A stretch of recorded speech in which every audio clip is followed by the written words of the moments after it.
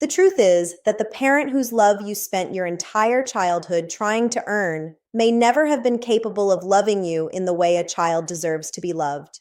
Not the authentic version of you, not the vulnerable, imperfect, emotional human being you naturally were. They may have depended on you, they may have controlled you, they may have needed you to fill emotional gaps inside themselves. They may have looked loving in front of others while causing deep harm behind closed doors. But genuine parental love, the kind that is consistent, nurturing, accepting, and emotionally safe, was never truly available. And if reading those words makes something inside you ache, if a knot suddenly forms in your chest, if your eyes become heavy with emotion, or if a quiet voice deep inside says, that explains everything, then this message is reaching exactly where it needs to. Before we continue, do something meaningful for yourself. Subscribe to Narc Alert, not for the channel, but for your own healing journey. What you are about to hear may be truths you were never allowed to recognize growing up. They are experiences many survivors carried alone because nobody ever gave them words for what happened.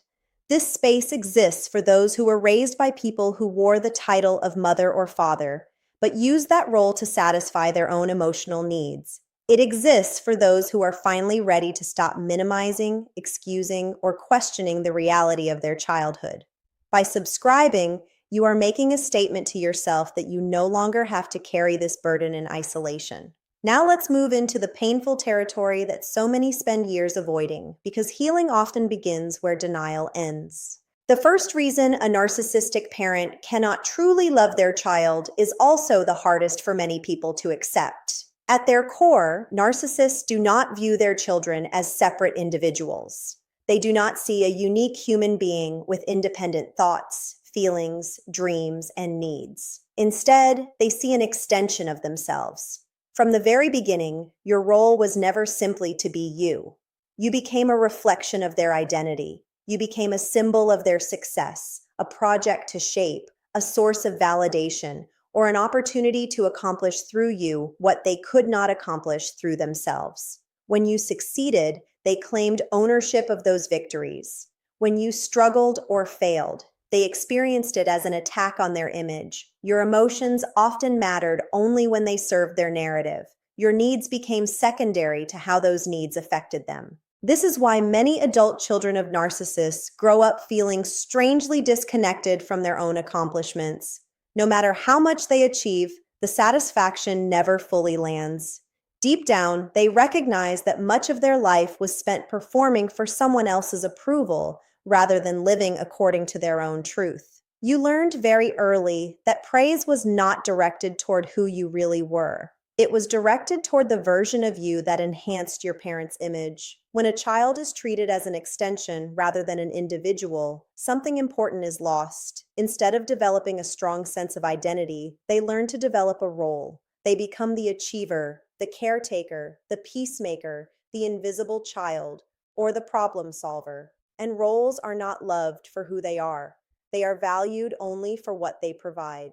The second reason reaches even deeper because it explains the confusion and emotional exhaustion so many survivors carry long into adulthood. Healthy parenting requires empathy. It requires a parent to recognize and respond to the emotional experience of their child. It requires the ability to temporarily set aside one's own needs and genuinely connect with another person's feelings. A narcissistic parent may imitate empathy when it benefits them. They may appear caring in public settings. They may know exactly what to say around relatives, teachers, friends, or strangers. To outsiders, they can appear thoughtful and compassionate.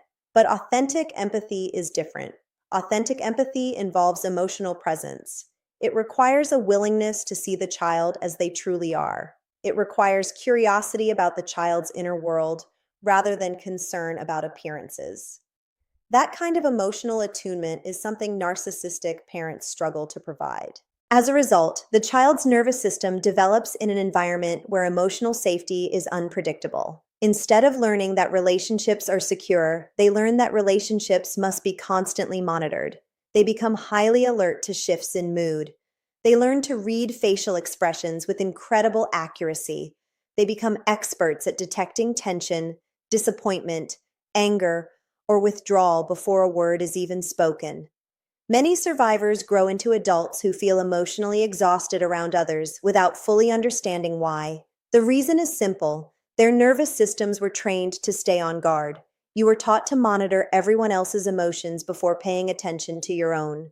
Your survival depended on anticipating reactions, avoiding conflict, and managing the emotional climate around you. The anxiety you carry was not something you were born with. It was something you adapted to in response to an environment where your emotional needs were rarely acknowledged and often punished. The third reason is perhaps the most painful because it forces survivors to grieve the very thing they spent their lives trying to earn. Narcissistic love is conditional. Every expression of affection comes with invisible requirements attached. You received approval when you were useful.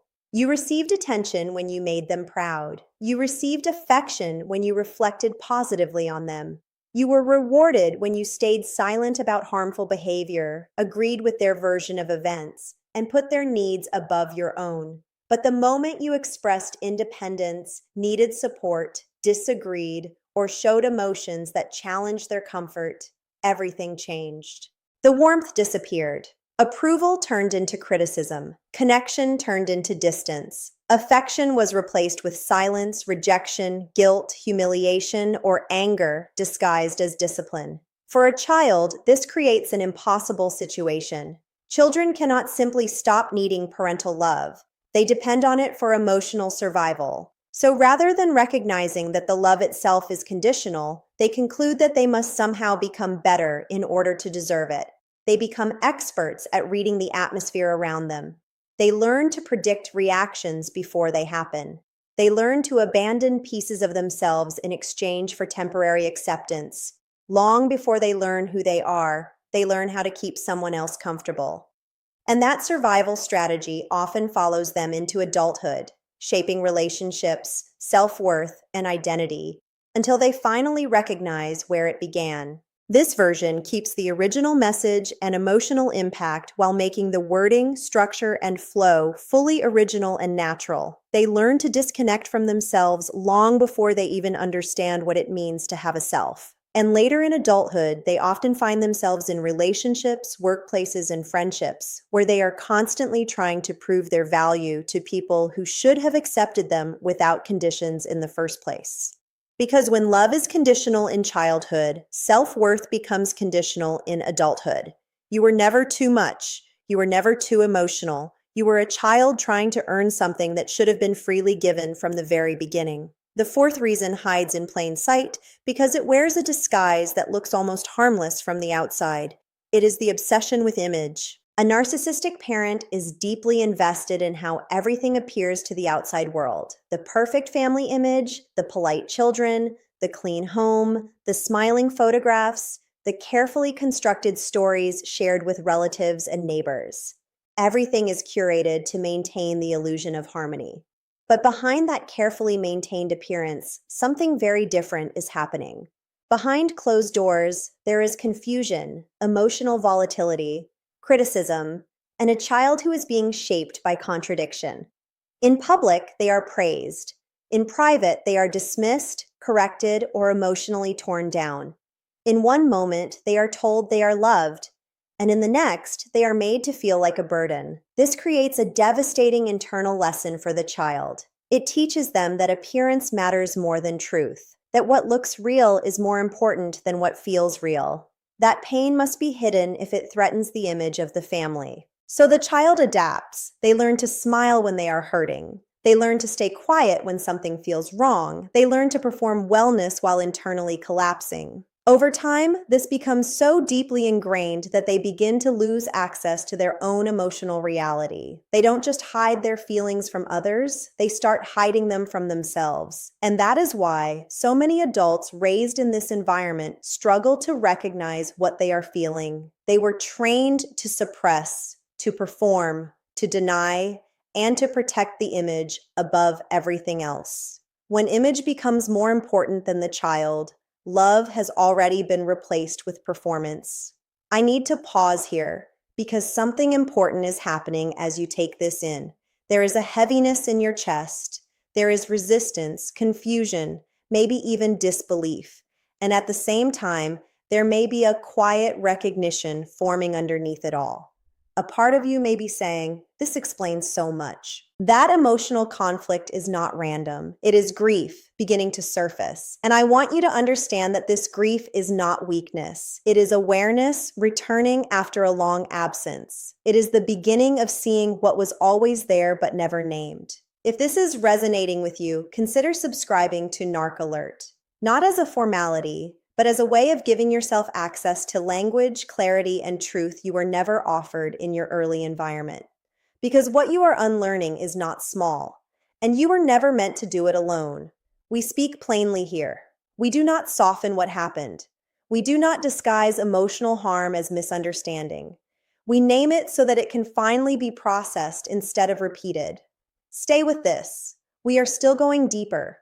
The fifth reason a narcissistic parent does not love their child is one of the most destabilizing for survivors because it fractures the entire family system and makes reality itself feel unreliable. It is the system of roles, favoritism, scapegoating, and the golden child dynamic. A narcissistic parent does not relate to their children as separate individuals with equal emotional worth. Instead, they assign roles based on psychological need. One child becomes the golden child, the idealized extension of the parent, the one who reflects success, obedience, or superiority, the one who is praised publicly, defended even when wrong, and placed on a pedestal that feels like love but functions as control. Another child becomes the scapegoat, the one who absorbs blame, the one who is criticized, misunderstood, and often punished for noticing what others are forced to ignore. The one who becomes the emotional outlet for the family's unresolved tension. And sometimes there is the invisible child. The one who learns that the safest way to survive is to take up as little space as possible. The one who disappears emotionally in order to avoid becoming a target. These roles are not based on who the children are. They are based on what the parent needs in the moment. And because those needs shift, the roles can also shift, creating constant confusion and instability. Here is the painful truth many survivors struggle to accept. None of these roles are love. The golden child is not truly loved. They are idealized, controlled, and slowly shaped into an identity that belongs to the parent, not themselves.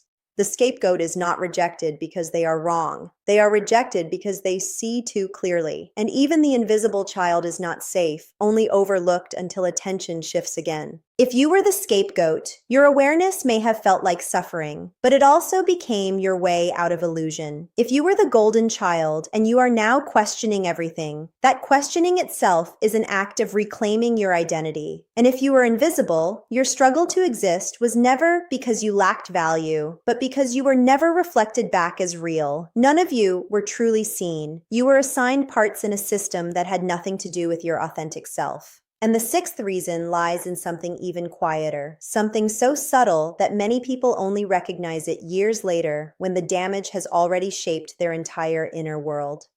Emotional neglect and invalidation. A narcissistic parent does not only harm through actions they take, they also harm through what they consistently fail to do. They fail to comfort. They fail to validate. They fail to acknowledge emotional reality. They fail to respond with genuine empathy when a child is in distress. When you cried, you may have been called dramatic. When you were hurt, you may have been told you were overreacting. When you needed support, you may have been met with silence, dismissal, irritation, or ridicule. Over time, this teaches a child something deeply damaging. It teaches them that their emotional world is unreliable, that their feelings are wrong, exaggerated, or inconvenient, that reaching out will not bring comfort, but rejection. So the child adapts again. They stop expressing. They stop trusting.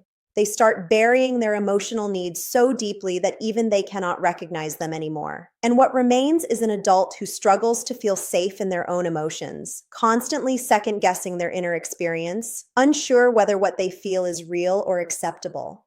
But it was always real. It was just never received. When you tried to speak about what happened, you were often met with denial. You were told it never happened or that it didn't happen the way you remember it. You were told you were mistaken, too sensitive, or even imagining things entirely. Sometimes you were made to feel foolish for even bringing it up. This is gaslighting. And when gaslighting is experienced in childhood, it doesn't just distort a memory, it reshapes a mind. It teaches a child that their inner perception cannot be trusted, that what they feel may be wrong, that what they see may not be real, that reality is something defined by someone else, not something they can rely on within themselves. Over time, this creates a deep internal fracture. A child begins to second guess everything. Their thoughts, their emotions, their instincts, even their pain becomes something they hesitate to believe in. And this is exactly why so many survivors grow into adults who struggle with decisions, boundaries, relationships, and self-trust. You were never naturally indecisive. You were conditioned to doubt the very system meant to guide you, your own inner awareness. The narcissistic parent did not only wound your emotional world, they interfered with your relationship to your own mind, and healing that connection is one of the most profound acts of recovery a person can undertake. The seventh reason brings everything into focus. It is the point where confusion begins to dissolve and responsibility is finally placed where it belongs, not on you. A narcissistic parent does not truly love their child because they are not capable of love in the way healthy development requires. Real love requires presence. It requires the ability to see another person as fully separate, fully real, and fully valuable without needing to extract something in return. It requires emotional maturity, accountability, and the capacity to repair when harm is done. It requires humility, empathy, and the ability to hold another person's emotional reality without distortion or threat. These are not optional qualities in love. They are its foundation. And when those foundations are missing, what remains is not love. It is need, control, performance, and survival strategies disguised as care. Underneath the outward confidence, the anger, the control, or the manipulation, there is often an internal structure built on instability, a fragile sense of self that is constantly defended, constantly protected, and never fully confronted. And in that state, the child is not seen as a person. The child becomes a resource. Your attention was used to stabilize their insecurity. Your obedience was used to reinforce their authority. Your success was used to inflate their identity. Your pain was often ignored, minimized, or even used as a tool to maintain control. None of it was ever truly about you, not your worth, not your behavior, not your effort, not your love. There was nothing you could have done to turn a person who lacks emotional capacity into someone capable of giving you what you needed. And perhaps the most freeing truth you may ever come to understand is this. It was never your responsibility to fix them. It was never your role to earn their love. And it was never your fault that they could not give it. If you are still here, still listening, still allowing these words to reach you, then something important is already happening within you. You are not avoiding the truth anymore. You are facing it, and that alone places you on a path your younger self was never given permission to walk. Because what you are doing now is something they could not do. You are turning inward. You are questioning. You are reflecting. You are beginning to separate your identity from the story you were forced to live inside. That is not weakness. That is the beginning of freedom. And it is not easy work, but it is sacred work.